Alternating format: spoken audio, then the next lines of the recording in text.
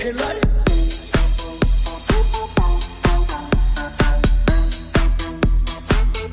A ese nivel, no seas cojudo. El aire.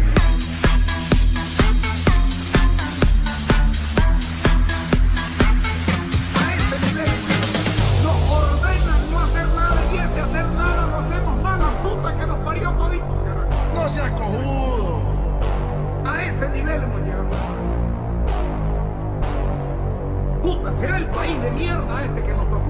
Nos ordenan no hacer nada y ese hacer nada lo hacemos mal, la puta que nos parió todito. No seas cojudo. A ese nivel hemos llegado.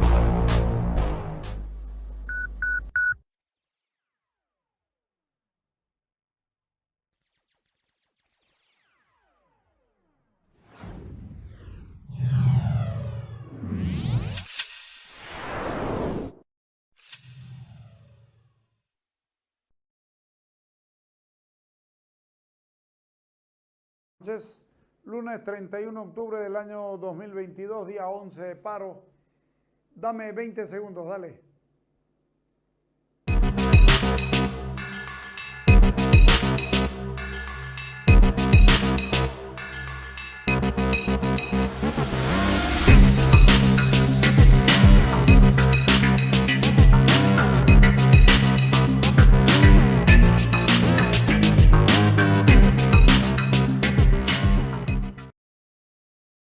Un día complicado para nosotros porque la lluvia nos complicó. Ninguno de los muchachos que trabaja con nosotros pudo llegar, pero hemos hecho un programa, para mi gusto, aceptable, bastante bien.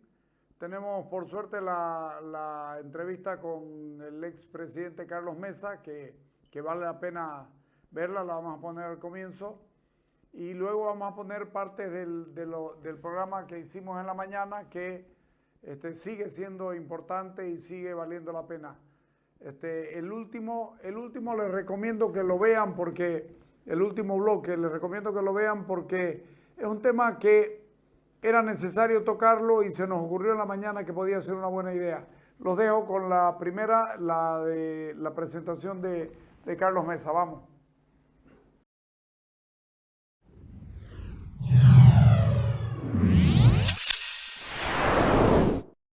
Ok, en esta semana, hace 9 horas, don Carlos Mesa escribió un Twitter que dice: exijo a Luis Arce proteger la vida y la integridad de los bolivianos y le demando que retire a sus militantes que avanzan sembrando violencia en su afán de tomar la ciudad de Santa Cruz, que ya sufre un cerco criminal. Detenga su demencial propósito, dice don Carlos Mesa, y estamos con él. Carlos, buenas tardes, gusto de saludarte. Gracias por acceder a esta conversación. Sé que estás en Brasil. Hola Carlos, gracias por la oportunidad en un momento tan complicado y sobre todo de tanta zozobra para Santa Cruz. Empezaré, Carlos, por decirte que expreso mi respeto y mi afecto por el pueblo cruceño, por su decisión y sobre todo por una evidencia que creo que el gobierno está tratando de destruir. La evidencia de que Santa Cruz está peleando por una causa de todos, no por una causa exclusivamente de interés cruceño. El Censo Nacional de Población y Vivienda es una radiografía imprescindible y la realización en una fecha determinada es clave para hacerse práctica o no antes del proceso electoral. De algún modo empiezo a ver en sectores de la sociedad boliviana no cruceños la idea de que de pronto Santa Cruz está muy radicalizada y que debería ceder y que debería entender que hay que ir al diálogo, como si aquí fuera la responsabilidad de una sola de las partes, cuando es evidente que Santa Cruz está siendo asfixiada, amenazada y desabastecida en elementos claves que tienen que ver con desde el recojo de basura hasta la provisión de hidrocarburos, en una lógica de un gobierno que parece enfrentar a un enemigo externo. Pero quiero subrayar esto. Yo creo que si vas a hablar de diálogo o de buena disposición, la pregunta es: ¿qué parte es la que ha generado este problema? ¿Qué parte es la que le ha mentido al país? Es el gobierno. El gobierno dijo una cosa e hizo otra.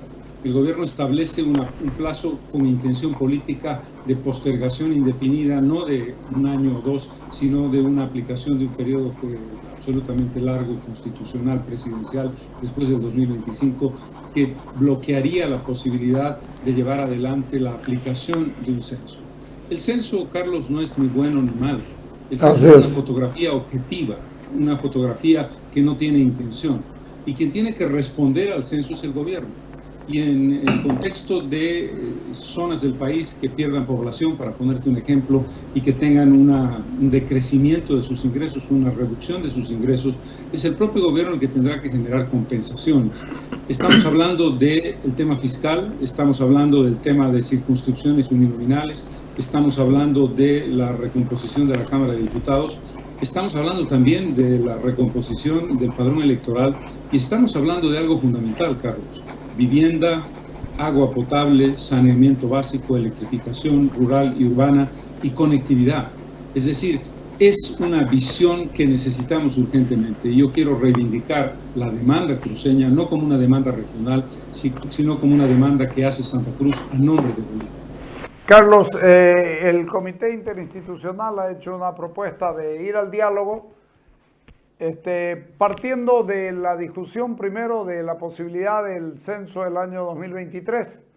Y como decimos ya acá, si no da resultado y no cierra, entonces podrás hablar de lo otro, pero primero hablar del 2023 y luego se verá si acaso no diera resultado. Yo los volví a escuchar a los chicos y a la señora Melvi sobre el tema del cómo hacer el censo, y te cuento que son sumamente sólidos, no hay con qué darle. Yo creo que si el gobierno va al diálogo, va a ir al 2023, pero en todo caso nadie se cierra si lo hace mal, ¿no? Definitivamente. La palabra diálogo, además, Carlos, es muy evidente. Significa que cada una de las partes presenta argumentos. Exactamente. Y cada una de las partes, cuando va al diálogo, de buena fe considera que es posible entender la visión del otro. Aquí hay que despojarse de la teoría incorrecta de que una región del país quiere desestabilizar al gobierno. Aquí hay que partir de la premisa de una reivindicación justa que se resuelve en una discusión técnica, pero también con una voluntad política. El censo es un elemento clave, lo hemos dicho, de carácter técnico, que merece un debate para demostración de fechas y demostración de posibilidades. Pero tiene un carácter político. Porque todos en la sociedad boliviana estamos en la lógica de que el censo no es una fotografía que se queda congelada. Es una fotografía que tiene dos consecuencias. Primero, un informe final que define datos y que establece trabajos a realizar. Y segundo, una aplicación del censo en el ámbito social, en el ámbito político y en el ámbito económico antes del proceso electoral del 2025 y, por supuesto, antes de la posesión del nuevo presidente o presidenta, nuevo vicepresidente o vicepresidente. Yo me quedo con esto que dijiste de la visión del otro, porque a veces nos equivocamos y lo estábamos conversando.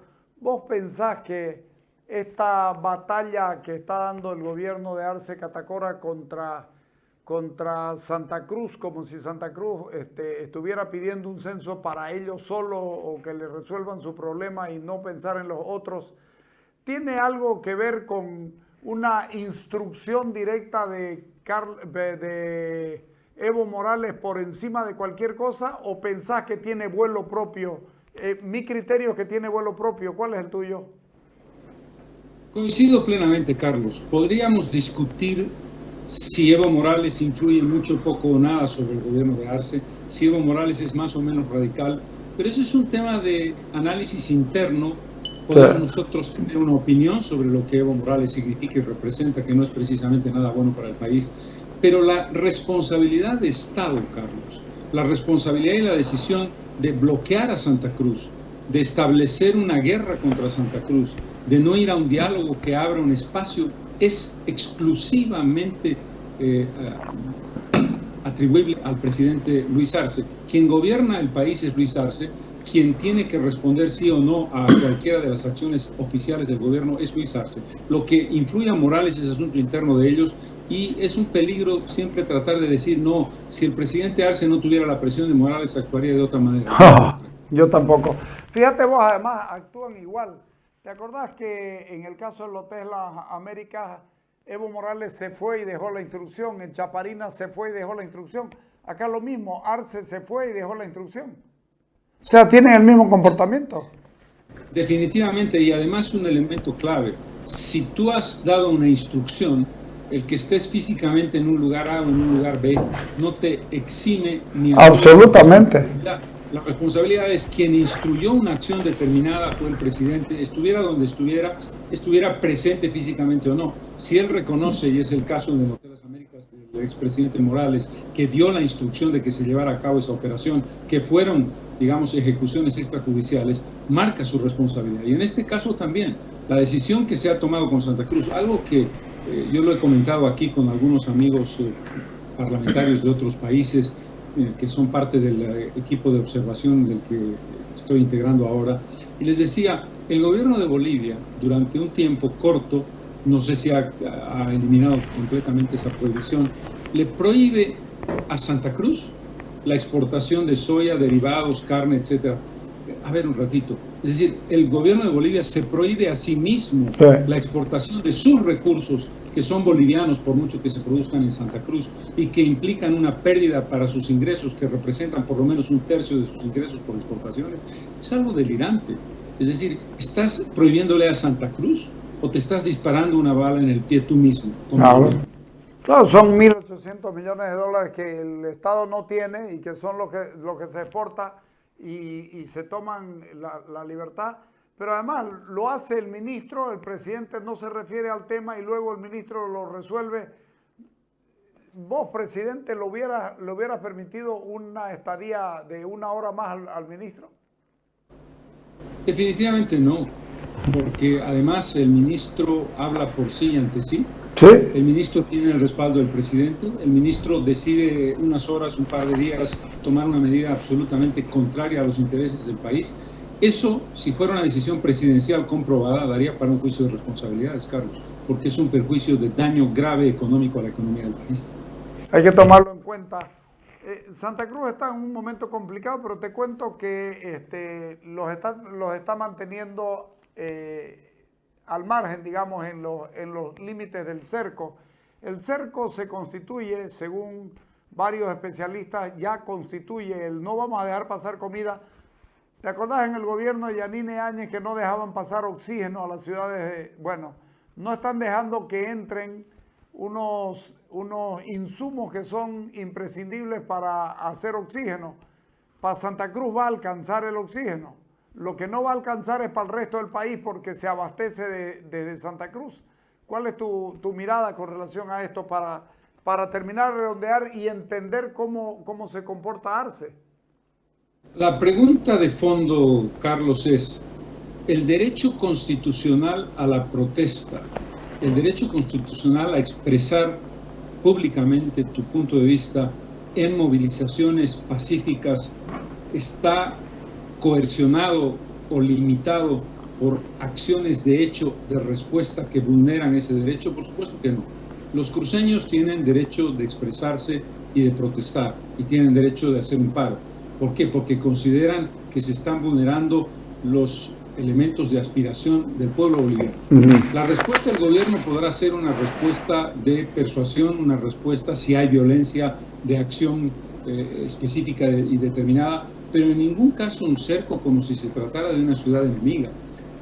Cuando tú ves las volquetas que tiran tierra encima de una carretera, cuando tú ves que se ha eliminado la provisión de gas por un tiempo más o menos largo al sector industrial, no hay abastecimiento. Sigue. Y comienza a plantearse la imposibilidad de meter elementos centrales como los que tú mencionas. Estás hablando de una guerra que vulnera los derechos constitucionales de la ciudad de Santa Cruz y de los habitantes de Santa Cruz, por supuesto. Yo no sé, pero quiero decirte, el ministro Montaño se ha convertido en un ministro de seguridad y yo hoy día decía de invasión, porque Él es el que está manejándolo absolutamente todo. El ministro de Gobierno no sale, no da la cara y está escondido en el comando de policía. Y me vas a decir si esto no es una afrenta de ser cierto. Yo le creo a la persona que me dijo, el capitán, ya debe tener un grado mayor, el capitán Andrade, el famoso capitán Andrade del Hotel Las Américas, estaría haciendo la parte de inteligencia en Santa Cruz en estos días. ¿Cuál es tu visión, tu mirada? La palabra probablemente más adecuada para explicarlo es provocación. Sí. Sabes que esto te va a afectar, bueno, lo voy a hacer. Sabes que esa persona tiene una responsabilidad que dañó seriamente a tu sociedad, bueno, esa persona se va a encargar de la seguridad ahora. Y un ministro que por supuesto ha perdido completamente el rol, los papeles, un ministro que tiene una acción administrativa de decisiones de carácter económico y de carácter productivo, que se convierte en un director de orquesta de la represión y del bloqueo, está vulnerando sus propias atribuciones y está pasándose por encima de lo que él puede hacer, independientemente de algo que es muy importante, que tú lo has mencionado ya. Quien está dejando que eso ocurra es el presidente. La responsabilidad es mancomunada. Si el presidente permite que un ministro se extralimite en sus derechos y funciones y que vulnere aquello que tiene que hacer o lo sobrepase, lo permite porque no lo ha, ni le ha llamado la atención, ni ha evitado que esto ocurra. Por lo tanto, estamos ante la evidencia de un estilo distinto. Yo diría, Carlos, que el presidente Arce tiene un estilo distinto de acción del expresidente Morales, pero que tiene la misma filosofía. La filosofía de la intransigencia, de poca proclividad al diálogo, de poco espíritu de apertura y de una decisión autoritaria como elemento central de su administración. Fíjate que en la reunión de Cochabamba se repitió el libreto que hubo en Santa Cruz. En Santa Cruz no pudo haber debate porque la señora Marianela Prada, ministra de la más absoluta confianza del señor Arce, se las agarró con Camacho y Camacho respondió y se trenzaron entre ellos y al final de cuentas se logró lo que querían, que no haya debate, que no haya conversación sobre el tema censo. Luego se van a Cochabamba ya sin Camacho y toma participación Johnny Ausa, el alcalde de Tarija, que se me fue el apellido, Johnny Torres, y toma participación el negro Arias, y resulta que junto con el rector de la universidad y el equipo técnico cruceño comienzan a rebatir un montón de cosas y no logran imponer el proyecto de que se haga el 2024. Se va a Arce y vuelve a ocupar el lugar la señora Prada y comienza a despotricar de nuevo, y esto parece ser un pleito entre Camacho y Prada, que son probablemente los peores representantes de los dos sectores. ¿Cómo puede tener las ganas de arreglar algo si salen con estas cosas? Si tú planteas un diálogo en los términos que los hemos vivido, lo que tú has descrito exactamente, tanto lo ocurrido en Santa Cruz como lo ocurrido en Cochabamba, tú conoces muy bien la práctica de debates o de asambleas o de reuniones masivas o de reuniones pequeñas o medianas. Hay una estrategia. Si no te funcionan las razones, patea el tablero. Sí, señor. Y eso es lo que ha ocurrido en las dos ocasiones. Se ha pateado el tablero porque los argumentos técnicos, los argumentos políticos, los argumentos racionales no eran suficientes para defender tu posición. Y entonces te vas y dejas a la persona cuya tarea es patear el tablero por la vía de la violencia verbal. Esto es lamentablemente la evidencia. Y entonces el argumento luego es, pero nosotros intentamos un diálogo y la otra parte no quiso aceptarla porque respondió con violencia provocada por ti, una violencia de carácter verbal en este caso. Creo que es una estrategia muy evidente de no tener una intención de diálogo, disfrazar el diálogo con tu presencia, pero cuando no funcionan tus argumentos, entras con las personas que van a patear el presidente de la brigada parlamentaria, el de la bancada parlamentaria de Comunidad Ciudadana, pidió que así como había un grupo tan grande de gente, se permita que un representante o los parlamentarios por bancadas estén representados en esa reunión, y no hubo posibilidad. Y resulta que el censo es importante para todos, las leyes se tratan en el Congreso de la República y resulta que los parlamentarios están excluidos por los de la oposición, porque habían parlamentarios oficialistas, están excluidos por determinación de alguien que no se supo nunca quién. Sí, esta es una historia que trata de demostrar dos cosas. Una, la mayoría absoluta como elemento de rodillo parlamentario. Y dos, ahí está la prueba de que la oposición no funciona. La prueba está en que a la oposición, cuando funciona, le quitan la palabra, cuando funciona, le dan cero posibilidades de participar, le quitan sus derechos, porque el nivel de representación, Carlos, tú lo has descrito muy bien, no solamente se da en el seno físico del Palacio Legislativo, sino en aquellos espacios regionales o nacionales donde esa representación tiene valor y tiene sentido. Y esta era una de esas oportunidades que, por supuesto, fue bloqueada. Yo digo que hay parlamentarios de oposición que ganan siempre en cualquier debate que no sea dentro de la Cámara, porque en la Cámara es imposible, y que lamentablemente los estamos perdiendo porque se deben acobardar, ¿no? Se deben acobardar de ir y chocar siempre ante ningún argumento, pero siempre perdés. ¿Cómo haces para aguantar eso? Esa es una gran pregunta, Carlos. Yo te diría, sin embargo, que tenemos 6, 7, 8 figuras de primer nivel que no se actuaban nunca en los debates parlamentarios internos. Lo que pasa es que, a diferencia de lo que pasaba antes, que los debates tiempo de Marcelo Quiroga, de los años 70, principios de los 80, el Parlamento era una caja de resonancia con repercusión mediática. Hoy está totalmente bloqueada. Primero, porque no se les permite a los periodistas, y segundo, porque la multiplicidad de medios lo limita.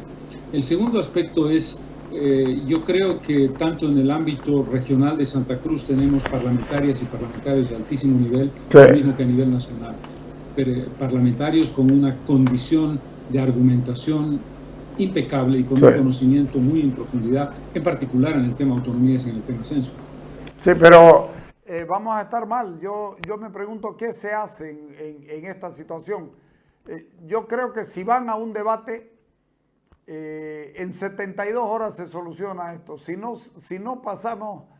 no llegamos a las 72 horas y solucionamos esto, el país va a marchar. Si pasamos las 72 horas va a ser muy difícil, va a ser violento y las responsabilidades de más que es darlas después, porque con seguridad van a haber muertos. Yo diría, Carlos, que lo que tenemos que hacer, y esto es una tarea muy importante de medios como el que tú tienes y tu fuerza de la palabra, es reposicionar la esencia del debate. Y esa esencia del debate no es un departamento encaprichado con violencia contra el gobierno como un ánimo de desestabilización, eso es una mentira, y reponer la idea de que lo que Santa Cruz está planteando es concretar con razones técnicas, coherentes y racionales, una fecha y separado racionales, con una fecha específica que sea útil para Bolivia en su conjunto. En ese contexto, lo que tiene que resolverse, si tú te das cuenta, es de poca cuantía.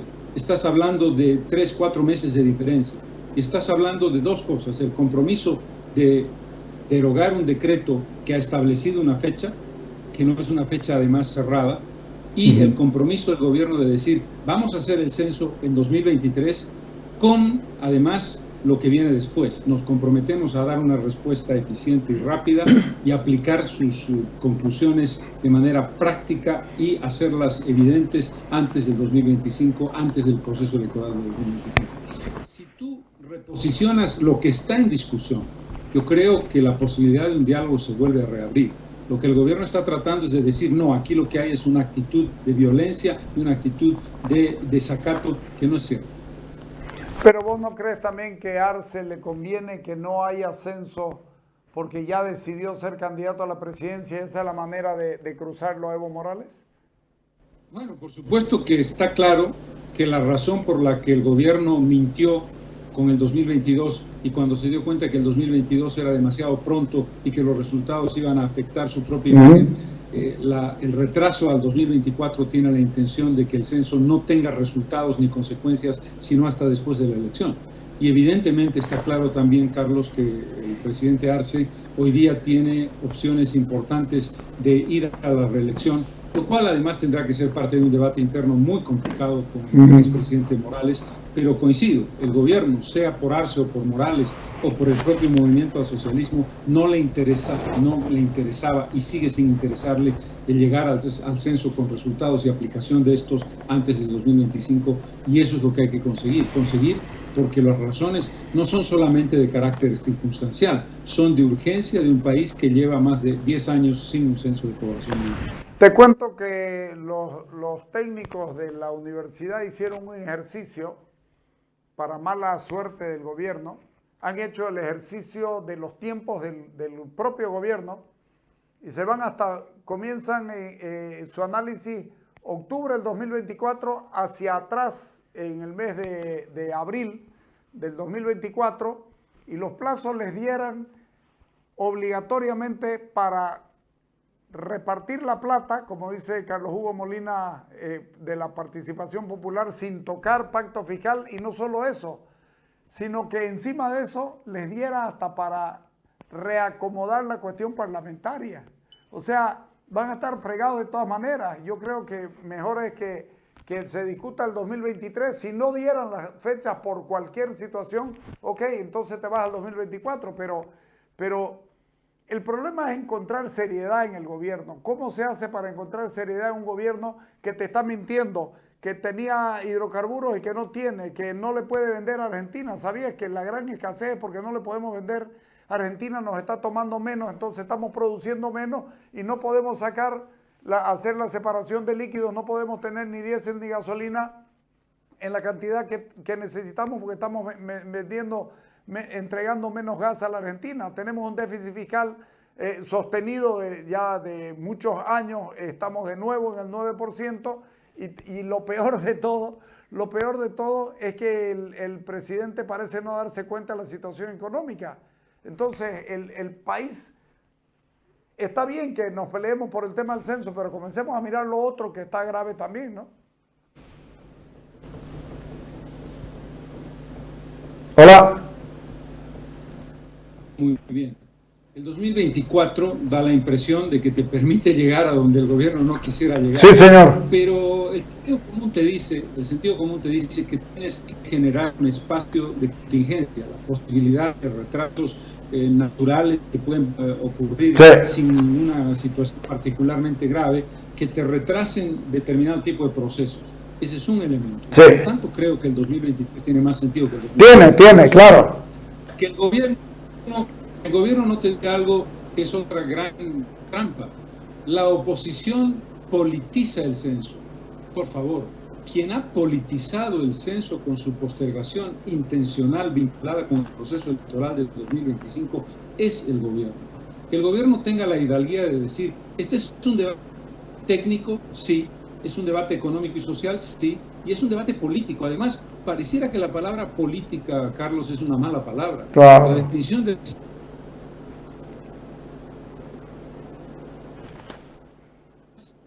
Creo que el escenario tiene que replantearse sobre el verdadero, la fecha del censo, las razones que lo explican y los elementos que están en juego, que nada tienen que ver con desestabilizar un gobierno.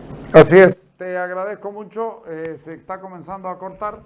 Te agradezco mucho. Te vamos a llamar cualquier rato cuando ya estés en La Paz. ¿Te parece? Perfecto, Carlos. Muchísimas gracias por la oportunidad. Gracias a vos. Gracias a vos. Vamos al corte, Walter. Bien. Sí, les decía, ha sido muy grato. Lo logramos conseguir a don Carlos Diego allá en Brasil, que fue de observador, y no podíamos desaprovechar la oportunidad, así que las conclusiones son de ustedes. Yo me quedo muy satisfecho porque finalmente uno termina coincidiendo con el análisis de los que están mucho más metidos que uno y mirándolo todo porque están en lo político y comunicacionalmente el hombre sabe también, así que es grato para este programa tenerlo aquí. Vamos al corte y ahorita venimos.